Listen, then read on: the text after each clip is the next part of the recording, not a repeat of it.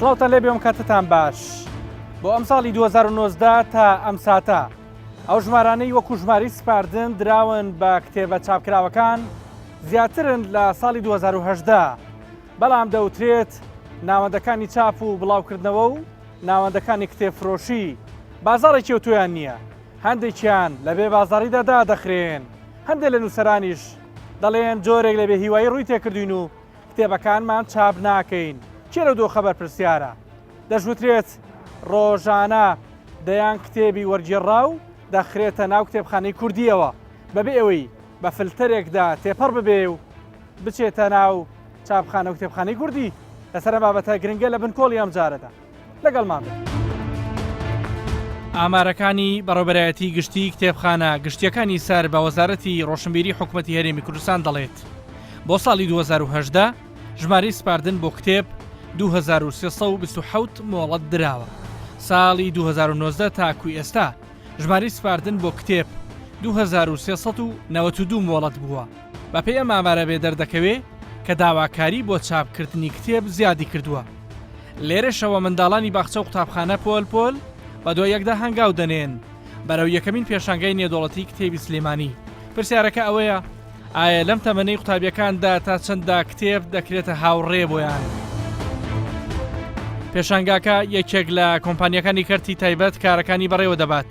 لە یادی 235 ساڵی دروستبوونی شاری سلێمانی ئەو شارەی وەکو شاری داهێنەر لە ئەدەب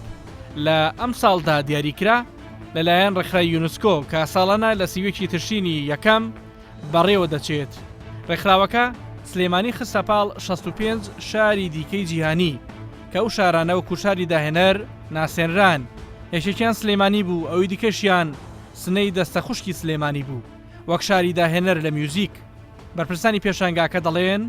ئومێدیانەوەیە پێشانگاکانی کتێب لە ڕووی نێودەوڵەتیەوە بەردەوامی پێ بدەن. ئێستاکە 56 ساڵ تێپەڕێ بەسەر مەقولەی مەرگی کاغەزە. 6 ساڵێک پێش ئێستا وترا ئیتر لە سەردەمی داهاتنی ڕادیۆ و تەلەڤیزیۆنەوە کاغەز مرد. بەڵام تازە ئەبینین ئێمە ڕۆژنامە بناو بانگەکانی جیهان ناوەندی وەشاندنەکانی جیهان تازە زیاتر لە جاران برەو بە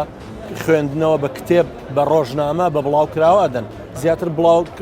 بڵاوکراوەی کاغەزی دەن. ئەمە ئەوەمان بیرە خاتەوە کە کاغەز بەدیلی نییە، کتێب و ڕۆژنامە بەدیلی نییە.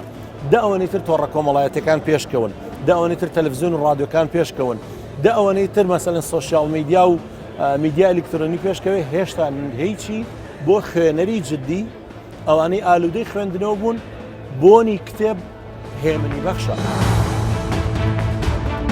دەستگای چاپوپەخشی سەردەم کە لە ساڵی 1998 لەسەر دەستی شاعری کۆچکردو شێرکۆبێکەس و چەند کەسایەتێکی دیکە دامەزراوە لەم پێشەنگایەدا بەداشکاندنی لە سەدا 35 بۆ کۆی بەرهەمەکانیان بەشدارن. دەستگای چاپوپەخشی سەردەم هیچ بودجەیەکی لێسادا نییە. ئەوەش لە کاتێکدا بودجەی دەستگاکە لە پێشتر 100 ملیۆن دینار بووە مانگانە. چەند بەرهەمی چاپکراوتان هەبووە لە ماوەی 2019 ئەگەر بە نزیکەی لات بێت؟ تاکو ئێستا نزیکەی 35 کتێبمان چاپ کردووە، بەڵام ئێمە بە زۆرە بۆ دام و دەستگایکی گەورەی وەکو سەردەم وایە بەزانی بۆچی زۆریان کەمە. خۆی کەمە، ئێمە تەمەحەکە زۆر زیاترە، پرۆژەکانمان زۆر زیاترن، بەڵام ئێمە بە سیاسەتی تەقەشوف ئەوە نیە پەنامان بردوۆتە بەرەو سیاسەتە لە پێناوی ئەوەی کە بتوانین دەستگاکە بهێڵینەوە، دەستگاکە بەردەوام بێ. ئێمە لە سەردەم لە باشترین دۆخیا بوو چەندێکتان چاپە کرد مامۆستا پێش قەیرانی دارایی لە سەردەمی مامۆستا شێرکۆبێک ئەوسا ئێمە بڵێن ئەو بودجەی ئەو منحەی کە لەلایەن وەزارەتی داراییەوە بڕابەوە بۆ دەستگای سەردەم 100 ملیۆن دینار بوو مانگانە، بەڵام ئێستا 100 فلس منحە نییە ئەو دەستگای 100 فلسی نییە. بودجێکتان نییە؟ نەخێر، ئێمە هەندێک دوکانمان هەیە، چەند هۆڵێکمان هەیە ئەومانە بە کرێ لە ڕێ و کریانەوە ئەتوانین ئیدامە بە چاپکردنی کتێب بین هەموو گۆڤارەکانمان وەستانووە، 6 گۆڤارمان هەبوو میمان وەستانووە لەبەر ئەو بێئیمکانیەتیە. ئایا لە ڕۆژهەڵاتی کوردستان دۆخەکە بە هەمان شێوەی باشوورە؟ شاعیرێکی ڕۆژهەڵاتی کوردستان وەڵامەکەم دەداتەوە کە بۆ یەکەم جار کۆی شیعرە فارسیەکانی مەحوی گەورە شاعیری کوردی کردووە بە کوردی، خۆشی خاوەنی چەند کتێبێکە. داخستنی ناوەندەکانی چاپ بڵاوکردنەوە کتێبفرۆشیەکان ئەوترێت بۆتە دیاردەیشی بەربڵاو. بەڕاستی لە ڕۆژهەڵات چۆنە تا چەنە لەوێش تەکنۆلۆژیا بەگەوترێ هەژبوونی بەسەر دۆخەکەدا سەپاندووە؟ بەداخەوە لەوێش هەروەهایە و ئەمە بەڕاستی وەکو گلەیەک من گلەیم هەیە لە هەموو ئەو کەسانە کە چاپی کتێبەکەن و کتێب بڵاوەکەنەوە نووسەرەکان گیرۆدەن بەدەست نووسینەکەیان بە هزار مەینەت و موسیبەت کتێبێک ئەنووسن بە هزار زەحمەت مەگەر کەسێک نووسەر بێ بزانێکە نووسین چه زەحمەتێکی هەیە کەچی لە دواییە هیچ نرخێکیشی نازانرێت و لە ڕاستیە ئەو کەسانەی کە کتێبەکە وەردەگرن بۆ فرۆش شتێک نادەن بە نووسەرەکە لە حاڵەتێکا ئیتر کابرای نووسەر وای لێەکە وای لێت کە تااقەتی نووسینی نەمێنێت. خەڵک هەڵپەیانە بۆ خواردن و خواردنەوە بۆ مۆدێلی جلوبەرگ و بۆ گۆڕینی ئۆتۆمبیلەکانیان هەڵپەیانە بۆ دەوڵەمەندی و کۆکردنەوەی پارە کێخەمی بیرکردنەوە و دنیابینینێکی قوڵی هەیە کێخەمی کولتور و مێژووی دزراوی هەیە. ئەمانە وتەکانی کامەران سوبحانی نووسەرە کە خاوەنی 19 بەرهەمی چاپکراوە. ئەو نووسی وشێتی زۆرێک لە کتێبخانەی شارۆچکەکان داخراون کتێب فرۆشەکان ئیفلاسیان کرد دەستگا چاپەمەنیەکان کەوتنە سەر ساجی عەلی چاپخانەکان لە زەرەری بەردەوامدان. کامەران سوبحان دوای 19 کتێبی چاپکراو کە بەشێکی لەسەر لە بەدەستی ئێمە لەسەر مێزە سێ کتێبی دیکەت دەربارەی گۆرانی شاعیر پیرەمێردی گەورە شاعیری کورد و سەفەرنامەیەکە بە هەڵبەشی لەگەڵ سەردار عەزیز نووسیتانە سێ کتێب دامەدەی بۆ چاپ. 19 کتێبی چاپکراویش جۆرە لە بێئومێدی لە جەنابە دەبینم لە پۆستێکدا لە تۆڕی کۆمەڵایەتی فەیسبوک گەڵێ ئەو سێ کتێبەت چاپ ناکەم. هۆکار چییە؟ ئەم بێئومێد بوونە لە چی؟ ناتوانم 100% بڵم ناومێدیە جۆر بەڵام ناژڵم هەر چاپی ناکەم بەڵام بەڕاستی بارودۆخی کتێب ئیجباری کردم وا بڵم سپاس. من دووەکو خۆت ئاماژت پیا دوای 19 کتێب و من ئەمە هەم بە فەزڵی خوێنەرەکان مێزانم و لێرە سوپاسی خوێنەرەکان مەکەم هیچ کتێبێک لەم کتێبانم نەماوەت و بەی لە کتێبخانە ڕەنگە ژمارەیەکی کەمی مابێتەوە بە تایبەتی ئەم فرۆشیشت باش بۆ لە کتێبخانەی کوردیان. بەڵام گرفتەکەم من نیم بەتەنها گرفتەکەم ئەوەیە لەم لامانە دەستگای گەوری کتێب لە سلێمانی داخرێت لەولاو دەستگای گەوری کتێب لە هەولێر داخرێت لەولاوە ئەبینی ئەم کتێبخانەی ئەو هەموو کتێبی تایە کتێبی باشی تایە بەڵام بەڕاستی ڕۆژ بە ڕۆژ ژماری خوێنەر کەمەکات و ئەمەژ نیگەرانیە من ژۆکو نووسەرێک کتێبخانانە چین. ئایا پێشکەوتنی تەکنۆلۆژیە یان نەخێر خەڵکی کورد تااقەتی خوێندنەوەی نەماوە و لە پەروەردەی تاچی کووردە بەشێک لە کات دانراوە بۆ خوێندنەوە وەکو بەشێک لە کللتور بەشی ئەخیری پرسیارەکە من وەکو ڕێی خۆم من پێم وایە لاقی بە سیستەمی پەروەردەوە هەیە و من پێم وایە لە ڕابردوو شاوەزی خوێنەر و کتێبی کوردی زۆر باش نەبووە ئێستا بڵێ خراپ بووە بەڵام خراپ بوو ئێستا خراپترە بەڵام لە هەشتاکانە کە کتێبێک دەربارەی گۆرانی شاعیر چاپە بێ پرسیاری تیراژەکەی 5,000 زۆر 5,000 دانە لە هەشتاکانە ڕەنگە ژماری دانیشتوانی هەرمی کوردستان ملیۆنێک کەس بوو بێت کتێبە بۆ 5,000 لێ فرۆشراوە کتێبە بۆ 10,000 لێ فرۆشراوە ئێستا 1,000 دانەی لێ نافرۆشێت. دیوانی مەولەوی مەزن ژماری دانیشتوانی هەرمی کوردستان 6 ملیۆن زیاتریش دیوانی مەولەوی مەزن ئەو شاعیرە هەرە گەورەیە 1,000 دانی لێکراوە لە کتێبخانەکانە ماوەتە نەفرۆشتاوە. من پێم وایە سیستەمی پەروەردە لە وڵاتە سیستەمێکی فاشیلە و سیستەمێکی خراپە وەکو شەخصنا وەکو سیستەم هەتا ئەم سیستەمە باش دەکەین ناتوانین باسی خوێنەری باشکەین ناتوانین باسی ئەو واعیە گشتێ بکەین بۆ خوێنەر و بۆ کتێب. ئەگەر ڕەهانە بێ قسەکەم زانکۆکانی کوردستان ناوەندێکن بۆ بەرەمێنانی جەهل و نەخوێنەواری بەداخەوە بەگشتی تایەتی جزئیاتیە ڕەنگە بەڵام سیستەمێکی هەیە ئەم زانکۆوانەکە هەر بەدەم قسەکردنەوە سیستەمێکی هەیە بەڕاستی واکات کە خوێنکار خۆشەویستی بۆ کتێب نەبێت و مشجع نەبێ بخوێنێتەوە. من حەز دەکەم جەنابێ و یەکێک لە بەرنامەکانەیە لەسەر زانکۆ و کتێبخانەی زانکۆ بکەیت بزانە ڕۆژانە چەند کەس دەچێتە کتێبخانەی زانکۆ بزانە ڕۆڵی خوێنکار لە دەرچوونی لە زانکۆ چی ڕۆڵێکی لە بنیادنانی ڕۆشنبیری کۆمەلگا. خۆت خوێنکاری دواخۆناغی زانکۆی پۆلیتەکنیکی کتێبخانەی گەورە هەیە لە زانکۆی پۆلیتەکنیک هەیە بەس خوێن چۆڵە تو خۆ دەچیت من خۆمەچم بەس چۆڵە چەند کەس هەیە کە ئەو ڕۆژانی ئەچیت کە ئەکرێ لەو کاتەیە تەلەبێکی تریژ لەوێ بێت بە حکومەوەی کە من ئێوارانە خوێنم ڕەنگە کەمتر بچۆم ئەڕۆم بەس کەمتر ئەڕۆم بەڵام ئەو جارانیشی ئەڕۆم بەس ئەو خانمەی کە لە کتێبخانەکەی و ڕەنگە کەسی تریشی لەوێت. دوایین کتێبی تۆ لێرە هەیە دوای کتێبم بەڵام کتێبی نائارامی بڵام زۆر باشە چەند تیرێژی کتێبی نائارامی بوو 1,000 دانە بوو بەس زۆرم پێخۆش بوو پرسیارەکە ئەمە سێ نەسەیەکی لە نەسەکانی لە ڕیوایەکی تورکی و ئامادەم کردووە نووسەرێکی تورک ڕۆمانێکی نووسیوە لەسەر ژنانی ئێزیدی و داعش مەدحی کوردەکان نووسەرەکە 50,000 دانە تیراژەکەی بووە بەڵام کە کراوە بە کوردی و من کردوم بە دەقێک ئەو بە تورکی لەسەر ژنانی داعش و لە ژنانی ئێزیدی و داعش 50,000 لێ فرۆشراوە بەڵام کە کراوە بە کوردی و من ئامادەم کردووە 1000 دانەیە اینجا ئەگەر بش فرۆشێت ئاراز داخرا کە هیچێک لە دەستگا هەرە گەورەکان ئەگەر فەزڵی دەستگای ئاراز لە 20 ساڵی ڕابردووە بەش لە کتێبە باشەکان چاپ کرا بێ دەستگای ئاراز چاپی کردووە داخرا هیچ پرسیارێکی لایم کۆمەلگایانە جوڵاند دوای ئەو دەستگای سەردەم دوای کۆچی دوای کاکشرکۆ ئەم دەستگایان بچوو کردەوە بۆ جیان بڕی بەڕاستی دەستگای سەردەمی ژێچێکە لە دەستگا هەرە باشەکان کەس پرسیاری نەکرد ئەندێشەرۆک و خۆت ئاماژە پیای ئەعلانی کرد کەوتی تر کتێب بەس کتێب چاپەکە این کتێب نافرۆشین و چەند جارێکی تیژە پێشتر ڕاگەیان بە ڕسمی ڕاگەیان چووکە کتێبخانەکەی سا چۆڵ بووە ڕەفەکتەنانە ڕەفەکانیشە فرۆشێت ئەمە بەڕاستی تراژیدیایە لەمەڵ لە بەرامبەری ژا کاکامەران بە سلێمانیە بگەڕین چەندین چێشخانەی نوێکراوەتەوە هەر لە نزیکی ئەم ناوەندە جەمال عیرفان کۆمەڵێک چێشخانە هەیە بە هەر یەکە و بە مۆدێل و ناو و تامێکی جیاوازەوە ئەکرێنەوە لە شەقامی سالم ئەگەر بڕۆین چەندین چێشخانەی نوێت پێڵم جلای بشت بینیوتە بەڵام ئەوتە کتێبخانەکان و ناوەندەکانی کتێبفرۆشی داخرێن ئەمە چۆن لێکی زۆر جوانەوەکو یالامیەک ئەوە من تۆ بەرنامەکە و بەڕاستی هەم ریسێرچەکە و زۆر جوانە بە بابەتەکانم بنکۆڵکالی شتەکانەکەی من لە پۆستەرێژە باسیەوە کردووە خەڵک لە وڵاتە ئەوەنەی خەریکی ئیشی زاهری و ئیشی بەڕاستی سەطحیە ئەوە ناچێت بۆ ئیشی خۆ لەبەر ئەوەی کە کتێب لێرە ئیشی هزرە و ئیشی بیرکردنەوەیە ئەمە بەڵگەی لەسەری کە تاشی کورد بەداخەوە تاشێکی بیر نەکەرەوەیە و تاچێکە کتێب و خوێندنەوە معریفە بایەخی نییە ڕۆژ بە ڕۆژ خەمی ورجیانە و خەمی تێربوونیانە هاتوونە تا ئەکادیمیای کوردی کە دەستگایەکی زانستیە و درێژکراوەی کۆڕی زانیاری کوردیە پاش ڕاگەیاندنی ڕێکەوتنامە 11 ئاداری ساڵی 1970 چەند دامەزراوەیەکی زانستی و فەرهەنگی دامەزران کۆڕی زانیاری کورد یەکێک بوو لەوانە کە بە شێوەیەکی فەرمی لە ڕۆژی 29 ساڵی 1970 دامەزرا ئەمە ئەکادیمیایە لەبارەی هەموو ئەو بابەتانی کە پەیوەندیان بە زمانی کوردی و شێوەزارەکان و پاراستن و دەوڵەمەندکردنیانەوە هەیە یەکێکە لە چاو گەباڵاکان و کار بۆ گەیشتن بە زمانێکی یەکگرتووی فەرمی لە هەرێمی کوردستان دەکات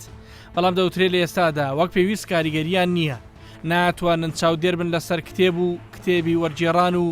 بەخشینی زمانی سانداردی کوردی ئەکادیمی بەو کتێبانە جێگری سەرۆکی ئەکادیمیای کوردی دکتۆر نەجاتی عەبدوڵڵا زۆر شڕ ڕوون دەکاتەوە ئەو خۆی یەکێکە لە وەرجێڕە بەتوانەکان و قسەی تایبەتیشی لەسەر وەرجێڕان و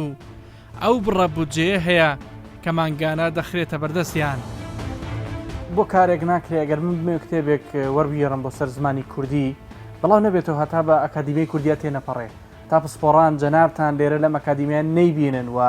تەواوی مەرجەکانی بەسەرا جێبەجێ بوو بێ لە ڕووی ڕێزمانیەوە لە ڕووی زمانێکی ئەکادیمیەوە هەر بەڕاستی نابێ وا بکەن ئەمە زۆر پرسیارێکی بەجێ من چەندی جار داواشم کردێ من هەر خۆشم لەگەڵ ئەوەدان بەڕاستی سانسۆر هەبێ بەڵام سانسۆر نەک بۆ بواری فکر و بۆ بواری ئەوەی کە نووسەرەکە چۆن بیر دەکاتەوە سانسۆر بۆ بواری ئەوەی کەەوە هەم زمانەکەی پوخت بێ هەم کتێبەکە بە شێوەیەکی پوخت بڵاو کرابێتەوە هەڵی چاپی تێدانە بێتن زمانێک بێکەوە بتوانن خەڵک تێی بگەن بۆیە ئێمە بەڕاستی سانسۆرمان نییە و ئەم سانسۆرە زۆر زەرورە ئەمڕۆ ئێمە لەوە تێپەڕین تەنیا بمانەوە ژمارەی کتێبەکانمان زیادکەن ئەمڕۆ ئیدی دەبێ ئێمە ڕێز لە کتێب بگرین کتێب بەو شێوە چاپ بکەین کەوا 2000 دەمینێتەوە ئەم ینی لە هەموو دنیا شوایە تۆ ناتوانانی هەروە کتێبێکی پڕ بە هەڵە بخێتە ناو کتێبخانەی کوردیەوە چکە بەڕاستی پڕ هەڵەمان زۆرە لە کتێبخانەی کوردی زۆرە کتێبی وەرجێڕانی پڕ هەڵەمان زۆرە کتێبمان زۆرە کوردیەکەی تەواو نییە ڕێنووس لە ڕووی ڕێنووسەوە تەواو نییە بەڵام لەگەڵ ئەوشدا کتێبی باشمان هەیە بەڕاستی ئینسان ناکرێت ئینکاری لەوە بکات لێکۆڵنەوەی باشمان هەیە بەڵام بەشی زۆری کتێبەکان بەڕاستی هەڵەی چاپیان زۆرە پڕن لە هەڵەی چاپ بایەخ بە زمانەکە نەدراوە لە ڕووی داڕشتنەوە لاوازە وەرجێڕانەکانی لاوازە ئەمانە هەموو دەبی پێداچوونەوەیان بۆ بکرێ هەندێک کتێبیش باسی سانسۆرتان کرد دکتۆر هەندێک کتێب کە بە ئاشکرا بانگەشە بۆ بیری تونڕەوی و پەرگیریەکان پێویستە ئەوانش سانسۆر بکرێن بە بڕایە وەکو ئەکادیمیای کوردی وڵی هەر بیرێک ئەگەر لە ینی کۆمەلگا بە تایبەتی ئەم کۆمەلگانەی هێشتا نەخەملیون و بەسەر پێ نەکەوتونە کۆمەلگا بەرە و تونند و تیژی ببەن و هانی ئەوە بدەن و ڕاڵەی کۆمەڵایەتی تێک بدەن بەڕاستی هەشانی ئەوە سانسۆر ئەگەر پێم بڵێ ژمارەی چاپکراوی کتێبتان بۆ 2010 چەند بوو بۆ 2010 2019 نازانم بەزەبت چەندە بەڵام دەوری 56 کتێبێکمان بڵاو کردێتەوە ئەوی پێمان کرابێتن بەڵام ئەوەی ئێمە بڵاوی دەکەینەوە بە تیراژێکی زۆر کەمە ئێمە ناتوانین لە 250 دانە زیاتر چاپ بکەین هۆکار لەبەر ئەوەی ئێمە ئەو نەسرەی بۆمان تەرخان کراوە ئەم دەستگا گەورە و گرانەی کەوا تۆ دەیبینی لێرە بینایەکی گەورە هەموو حکوومەت ماگانە 7 میلیۆن دیناریدا ئێستا من نازانین ئەم 7 میلیۆنە بە بەنزینی ئۆتۆمیل بدەین بە ئاو بدەین کتێبی پێ چاپ بکەین 7 میلیۆن دینار ئەکادمیایەکی گەورە بەڵێ ئەکادمیایەکی گەورە و گران 7 میلیۆن دیناری هەیە کە هیچ ناتوانێت هیچ دەسەڵاتێکی میوانێکی بیانیتان ناتوانین پێشوازی لە میوان بکەین و ئەو دەسەڵاتەمانی ئەو نەسری بۆماندەی لە خلالی پێشە ڕۆژەکە هەمووی تەواو دەبێ و ئیدی دەبێ ئاوادار خەڵکیش گلەیە کاڵێ ئەکادمیای کوردی چالاکیان زۆر هەر هۆکارەکە ئەوەیە مادی و لاوازن خەڵک خۆتی گلەی بکە لەبەرەوەی خەڵک ئاگای لە واقعەکە نییە واقعەکەی ئێمە ئەوەیەکەوە بۆ جەنابتم باس کرد بۆ ئەوی خەڵکیش بزانێ و ئەوەش بزانێ کە ئێمە دەسەڵاتی ئێمە لە ڕووی دارایی و ئەو دەسەڵاتێکی زۆر لاوازە. لە تۆڕی کۆمەڵایەتی فەیسبوک و لە پەڕی تایبەتی ناوەندی ئەندێشە بۆ چاپ و بڵاوکردنەوە کۆمەڵێک پۆستم بەرچاو دەکەوێت کە ئاماژە بۆ ئەوە دەکەن کۆتایی ئەم مانگە بە تەواوی ئەو کتێبخانەیە کە کتێبخانی ئەندێشەیە لە تەلاری سیروانی نوێ لە سلێمانی دادەخەن بۆ ئەوەی گرنگی زیاتر بە دەستگای چاپەکەیان بدەن و کتێبی زیاتر چاپ بکەن. بۆ نمونە لێرە چەندین ڕۆمان و کتێبی چاپکراوی ڕۆمان نووسی کورد بەختیار عەلی هەڕاج کراوە. چەندین کتێبی دیکە نرخی تەنها 1000 دیناری عێراقی لەسەردانراوە. بەرپرسی ناوەندەکە نایەوێت هیچ قسەیەک لەبارەی ئەو داخستنەوە بکات. دەڵێن ئەوەی لە پێیجەکەیانەوە نووسیویانە ڕوونکردنەوەی ئەوانە بۆ هەموو لایەک. ئەوەش لە کاتێکدایە کە لە پێشتر و لە بەرواری 29/5/2007 لە کۆنگرێکی ڕۆژنامەوانیدا ئەو کاتیش باسی گەرمی داخستنی ناوەندەکە هەبوو. بەڵام وا دیارە ئەم جارە ڕەفە و کتێبخانەکانیش دەفرۆشرێت. هەر کتێبخانی ناوەندی ئەندێشە نییە کە دادەخرێ ئەوە تا لە سەرەتای ئەم ساڵیش کتێبخانی چەرموو لە قەزای چەمچەماڵ بەهۆی نەبوونی کڕیارەوە داخرا. خاوەنەکەی وتی 10 میلیۆن دینار لەسەری قەرزار بووە. لە قەزای سێ سادقیش 3 کتێبخانە داخران. خاوەنەکانیان دوکانەکانیان گۆڕی یەکێکیان کردی بە چایخانە. ئەوی دیکەشیان لە جێگەی کتێب ئێستا بۆن و عەتر دەفرۆشێ. سێهەمیان دوکانەکەی جێهێشت و دایخست. وەزارەتی ڕۆشنبیری حکوومەتی هەرێمی کوردستان لە زاری وەزیرەکەیانەوە بە کۆمەڵێک مەرج ئامادەیە کتێبی نووسەران چاپ بکات. حەمەی حەمە سەعید وەزیری ڕۆشنبیری ئەم کابینەی حکوومەتی هەرێمی کوردستان کە خۆی خاوەنی 11 کتێبی چاپکراوە بۆ خۆی دەڵێ قەرزی کردووە بۆ چاپی کتێبەکانی و خێری لێ نەبینیوە. زۆرینەی کتێبەکانی هەر لە بنەڕەتەوە بۆ فرۆشتنەوەی نەبووە. لێرە و لەوەی ڕۆژانە ناوەندەکانی چاپ و بڵاوکردنەوە بۆ نمونە ناوەندی ئەندێشە و ترێت کۆتەیە مانگەدایەخەن لە پێشتر دەستگای چاپ و بڵاوکردنەوەی ئاراز داخرا. و کتێبخانەی کوردی لێرە و لەوێ کەسانێک کە کتێب فڕۆشیەکەن ئەڵێن بازاڕمان زۆر کەمە. من چوومەتە لای گەنجێک داهاتی و ڕۆژی 2500 دینار بووە. هەر بەڕاستی ئەمە خەمهێنەر نییە. خۆی ئەوە بۆ بابەتێکی تر دەگەڕێتەوە ئەوە هۆکاری هەیە. هۆکارەکە بۆ ئەوەی کتێبخانەکان یان دەستگاکانی چاپ و بڵاوکردنەوە یان نووسەرەکان کتێبەکانیان نافرۆشرێت یان زەرەری تیا دەکەن پەیوەندی بە چەند شتێکەوە هەیە. یەکێک لەو شتانە خوێنەری کتێب لە هەرێمی کوردستاندا کەمە. وەزارەتی ڕۆشنبیری تاسرە بۆ لەمە دووە هاوکاری ڕۆشنبیرانە بێ یانە و کەسانە بێ کە دانەری کتێبن یارمەتیان بە لە چاپکردن ئەتوانن بەڵێنێک بن بودجەتە بەردەستە. ئێمە ئەو بەڵێنە کاتێک دەدەین ئەو کتێبانەی کە داوا دەکرێت چاپ بکرێن و وەزارەت پشتگیری و پشتیوانیان بکات لە ڕووی دارایی و مالیەوە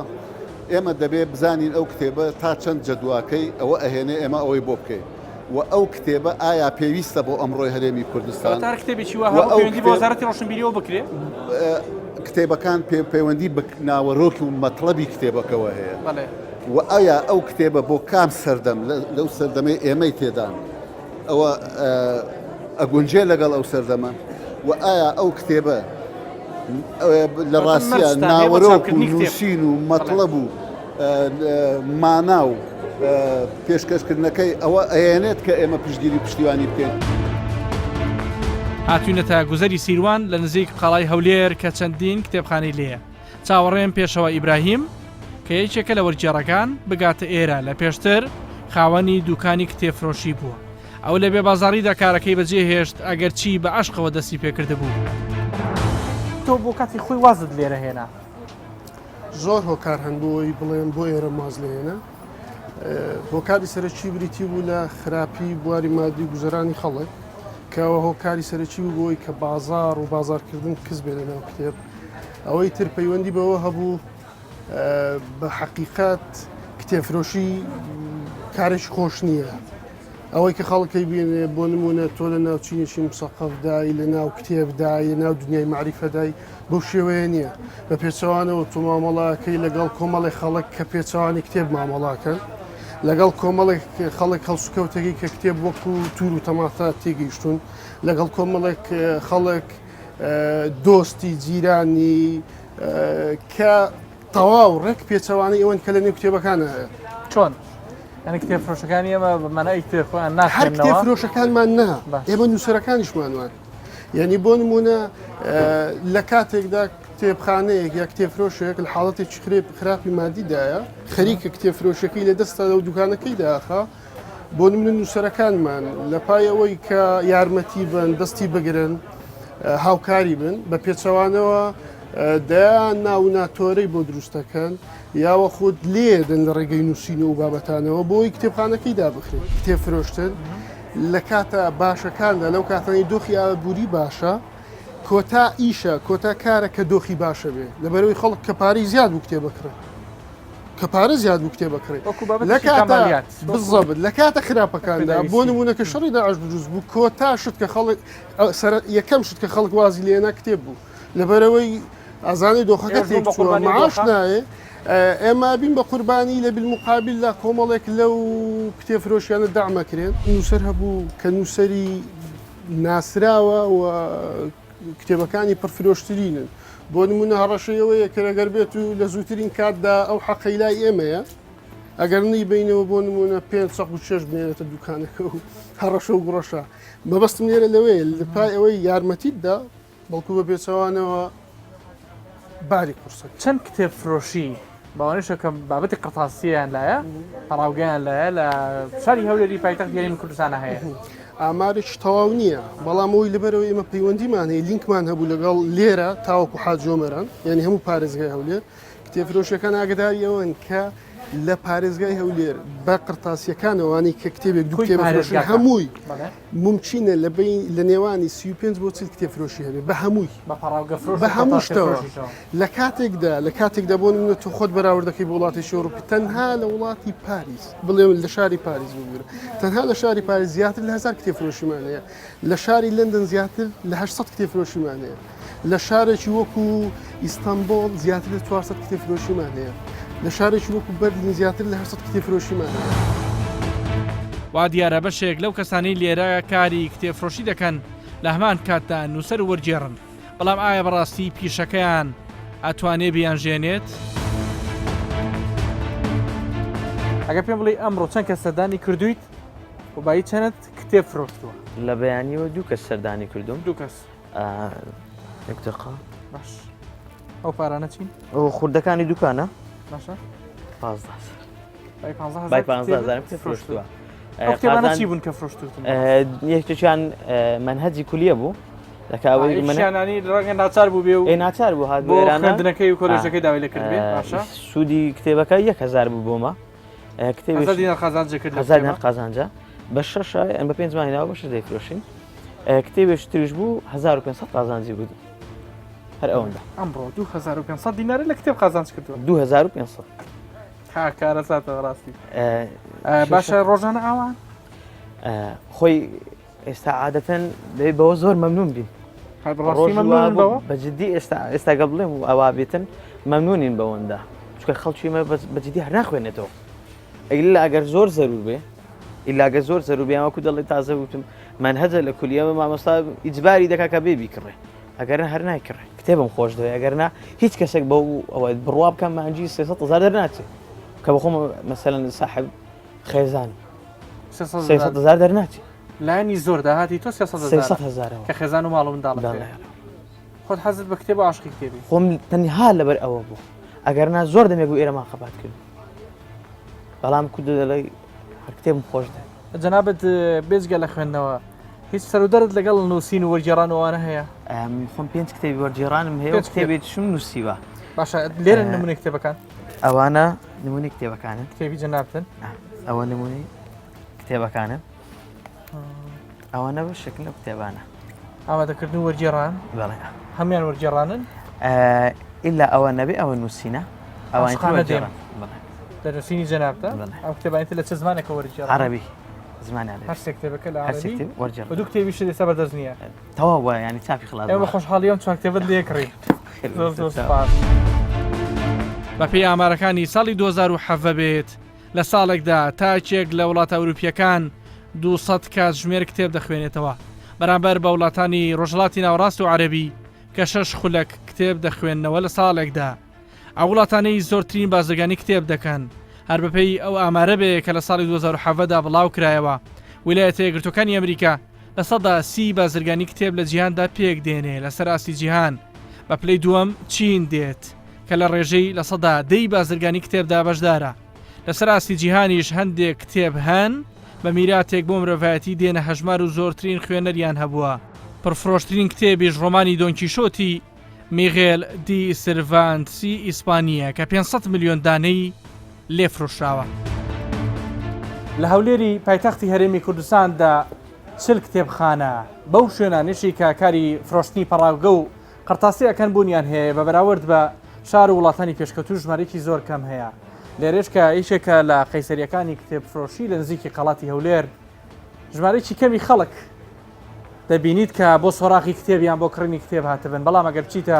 ئەو شوێنانەی کە شوێنی میوەفرۆشی و